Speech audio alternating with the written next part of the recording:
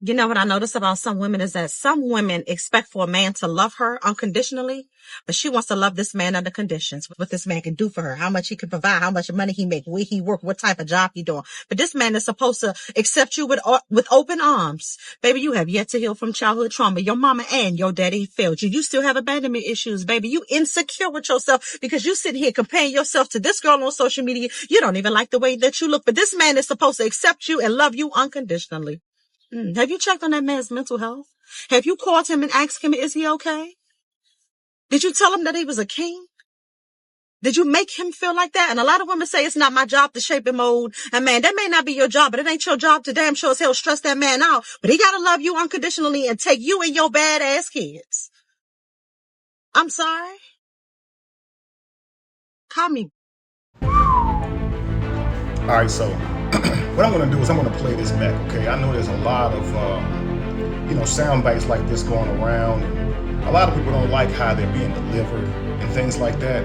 So what I'm going to try to do is go through all these things, even some Kevin Samuels videos. If you guys notice, I took a little hiatus. I want to be able to deliver this information in a way that is receivable to everyone, okay? I don't want it to come off as, heavily manosphere, where it seems where people are, taking it as if you're bashing women or just speaking for men. I want to speak for everyone because I believe that until we both learn, men and women, how to treat each other, these problems are going to keep persisting. All right, so let me play this back and we're going to talk about some of the things that she's saying in detail. All right, let's do this. Some women is that some women expect for a man to love her unconditionally, but she wants to love this man under conditions. Now, I want you guys to understand, she said some women. She didn't say all. She said some, so she's being specific about a certain group of people. And this is true. Some women do expect men to love them without conditions, but all they have for that man is conditions. Do you understand? Now, why is this? There's a cultural problem here, family. We don't raise our daughters the same as we do our men, our sons, okay? So we'll tell our daughters that if he don't accept you for who you are, if he doesn't tell you that you're beautiful, if he doesn't take care of you, if he's not there every time that you need him, then he ain't worthy of you. So we set a standard. Do you understand?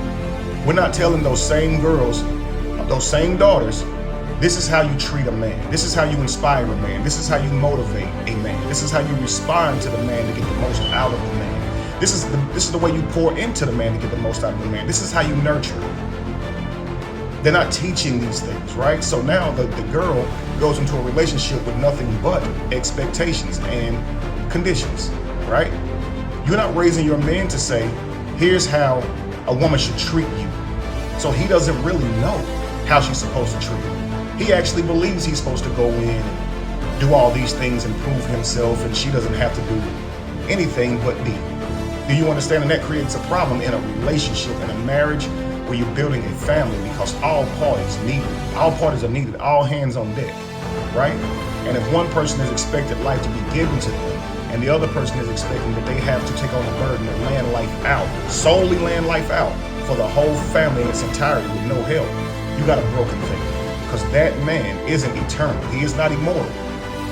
You understand? If something happens and she is not prepared for that, the family's done for. You understand? So she is the backup. That means she got to know how to do something. All right? Well, let's continue.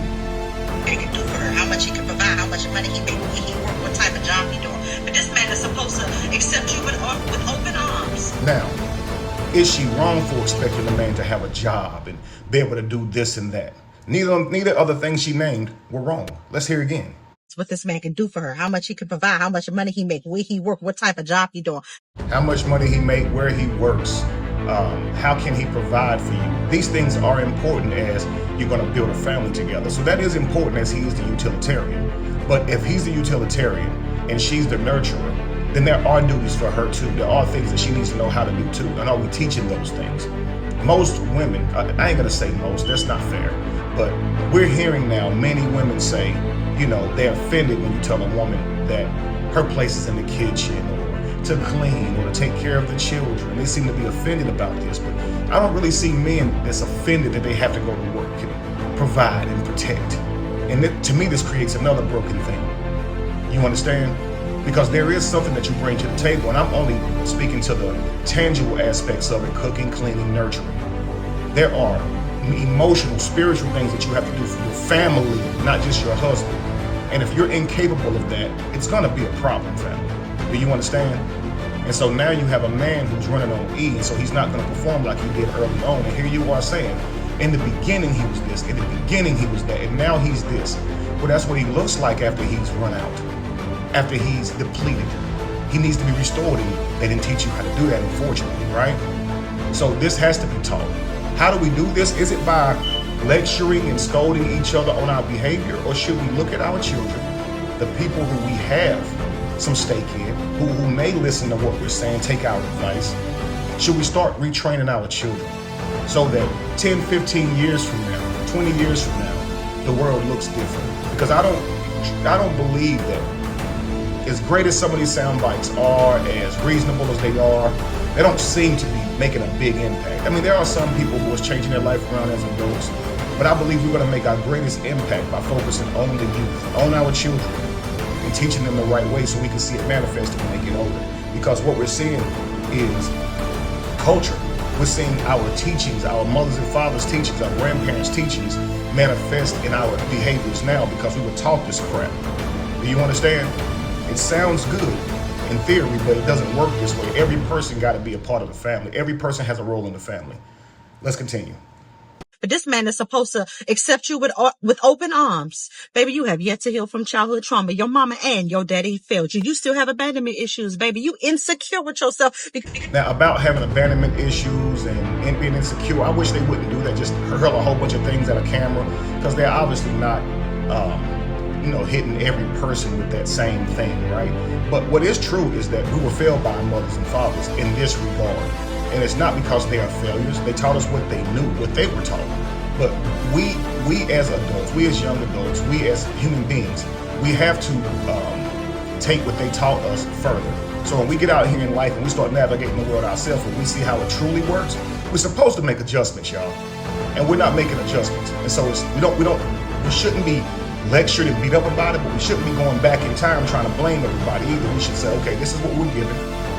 Here's how that works when you apply it to the real world. Here's what it's causing. Divorce at an all-time high. People are not getting along. Men and women seem to be at odds. Okay, something has to change here, right?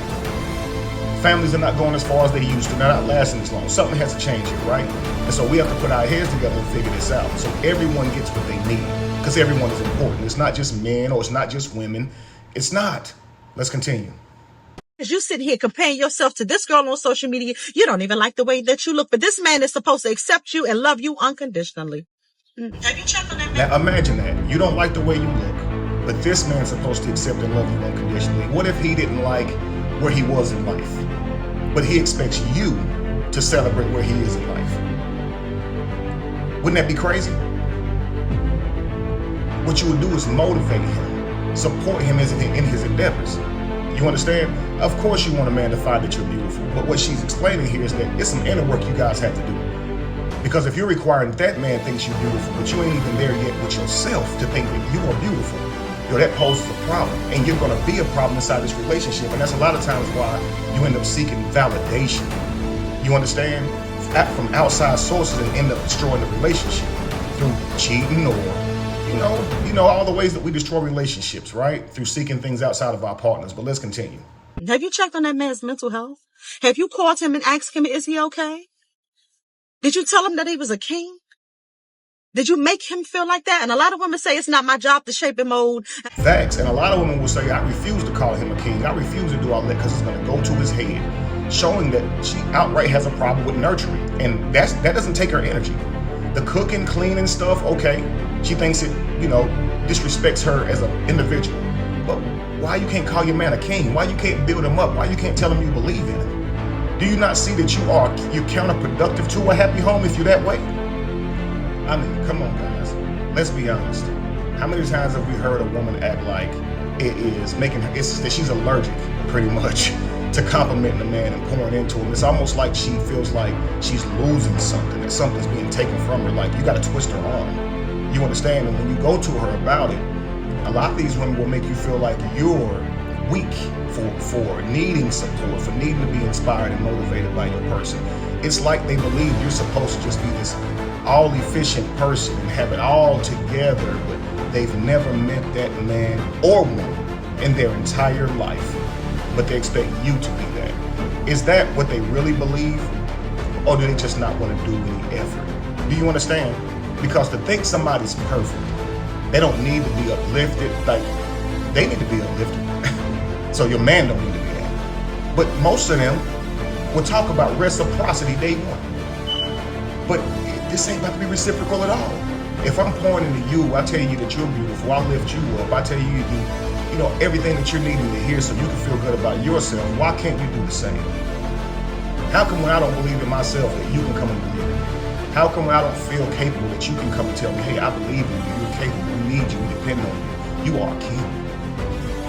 You understand? You are a good man. These types of things will motivate that man into being a better man for you. You're not losing anything. You would only gain. You wouldn't do this to your son. You would pour into your son, hopefully, without all of this reservation. I think in the back of you guys' mind, you're thinking he's going to take all this nurturing I give him, and instead of being confident, he's going to be conceited. Instead of being strengthened, it's going to go to his head. And he's going to go out there and he's going to cheat on me. He's going to use this confidence to do me dirty or something. Because it seems like they just feel like, I don't know, it's like they feel like they got to train you, they got to fight you one day. So watch it, they have to train you and teach you how to fight. They got to be the one who fights right. I'm never going to be your competition. I'm always going to be your teammate. Any strength that I have is going to be dedicated to my family, and you're a part of my family. You will benefit from my confidence, okay? You'll benefit from my hard work. So come on, man, get with the program. Let's continue. Man, that may not be your job, but it ain't your job to damn sure as hell stress that man out. But he gotta love you unconditionally and take you and your badass kid. Now, it's not your job to stress him out, like she said, but you don't mind doing that. So where is he gonna go with all the negative energy that you give him? You won't give him the positive reinforcement, so you're giving him the negative, right? Okay, you didn't do this, you didn't do that, you don't do that enough. I want my man to be able to do these things for me. And everything is negative. So you're thinking that he's going to take the confidence you give him and go out here and do you dirty, cheat on him, end up with somebody else. Do you know that's precisely what that negative reinforcement can do? Because now he's going to go somewhere else to get that validation. He's going to go somewhere else to be fulfilled and get what he's not getting at home. That's not right. But if you're saying, let me do the things that benefit my family, I think it's motivating and nurturing and uplifting and doing your part in your relationship, whatever that may be. That's what I think. You understand? But let's continue. I'm sorry. Okay, so that's the end of that video. And so I took the liberty of writing some things, and I'm always going to do this from here on out because I want us to be able to take notes and get something from it, some teaching from it, and not just, you know, a great sound bite. We hear a great sound bite, and it's great for us for repetition. A lot of us will go repeating that sound bite and be, you know, kind of empowered by it. But I want us to actually have some insight into a lot of these things. So tune in, follow the channel, subscribe, because this is what I'm going to be doing for the foreseeable future. I'll be breaking down these videos in a more constructive way. Okay, so we can all walk away having some type of insight to it. Okay, let me get to my notes real quick. Here we go. All right, so one thing that we can do as individuals now while raising our children to go out and be better than we were, than our parents raised us, okay? Because right now there's a broken thing, obviously, in how we've been raising our youngins, because how they see each other, what they expect from each other, and what they believe they're required to give, right? So how do we correct this issue? I think we should, number one, teach equal emotional education, teach empathy and emotional support. Okay, so that's number one. That means educate our boys and girls about the importance of emotional support in relationships. Encourage them to be attentive to their partner's emotional needs and mental health. This is both people. Now, if we were doing that, don't you think that relationships would last longer? Both parties care about each other's emotional and mental needs. Both parties are dedicated to making sure both people are healthy, mentally, emotionally, spiritually, right? Number two, promote emotional expression. Allow both boys and girls to express their feelings openly without judgment. This helps them understand and manage their emotions, making them better partners. So if we teach our children to understand how to hear somebody's complaints and hear their woes and be able to respect that they truly feel that way, they truly see it that way, it does not have to be necessarily true through your eyes, but accept how they feel and then give them what they need. If they learned this early, you wouldn't see this problem blow up in their faces when they get grown. And now they're in a relationship with another adult and they don't know how to respond to it. Do you understand? And it's breaking the other person down because they're not giving them what they need. So when they go to them and tell them how they feel, they don't get validation. They don't get an understanding. They get defensive. And if this is not taught, that's the role that your child's going to assume, a defensive role. Because they're going to believe that you ruining my day by coming to me telling me I did something wrong. I mean, you lying, you gaslight me, you trying to make me feel bad. When really it's more about this person that's coming to you with an issue. But anyway, the next thing is this: balanced expectations. Set realistic standards. If the moment that you say, I want someone to love me without conditions, what you're saying is this: I want someone's love for me to mean that they have to accept me without any standards or boundaries. Is that right? That if you love somebody, now you got to put up with whatever they do. Does that sound right to you? I think that you should be able to love someone with your whole heart and still have your boundaries, still have your standards, still have them. I would hate to believe that my daughter would get with somebody and then drop all her standards because she loves him. Now he can treat her any kind of way. She got to accept him for who he is. No, every one of us must be better because our family, our futures are dependent on it. I ain't accepting you for who you are. I love you too much to leave you the way you are. We're going to grow together. Right? Who we are today, we're going to be totally different people in 5 years. And so will our family because we're going to work on ourselves. You understand? Again, another one, value character over material wealth. This is very important because we're focusing on the utility of relationships. He should have this. He should be able to take care of you. He should be able to provide for you. But we're not talking about the emotional aspects that an individual brings to a table. She should be able to cook. She should be able to clean. She should be able to raise your baby. She should be able to submit. It's more than this, family. Okay? It's more than that. Value character over material wealth. Now listen to this. Emphasize the importance of a partner's character, kindness, and compatibility over their financial status or their material possessions. That character is above all important, man. Bad character will have a person ruin their life regardless of how much money they have, ruin the lives of the people that's in their life that they're connected to, regardless of how much they have. Their character is the most important factor. You want a relationship to last long term? Character is key. Of course you want somebody to have work ethic and integrity. But character is key, family. What would it profit you if this man gained the whole world but treat you like crap and has very little value for you? Come on now. What would it benefit you that this woman is beautiful, the most beautiful woman in the world, but she thinks very little of you and treat you like crap? What would that benefit you, man? Come on, let's think about it. 3, mutual respect and support. Mutual respect and support. Model healthy relationships. Show children examples of healthy relationships where both parties respect and support each other equally. And always encourage reciprocity. Teach children that relationships are a two-way street. Both partners should give and receive support, love, and care. Now, this is important, okay?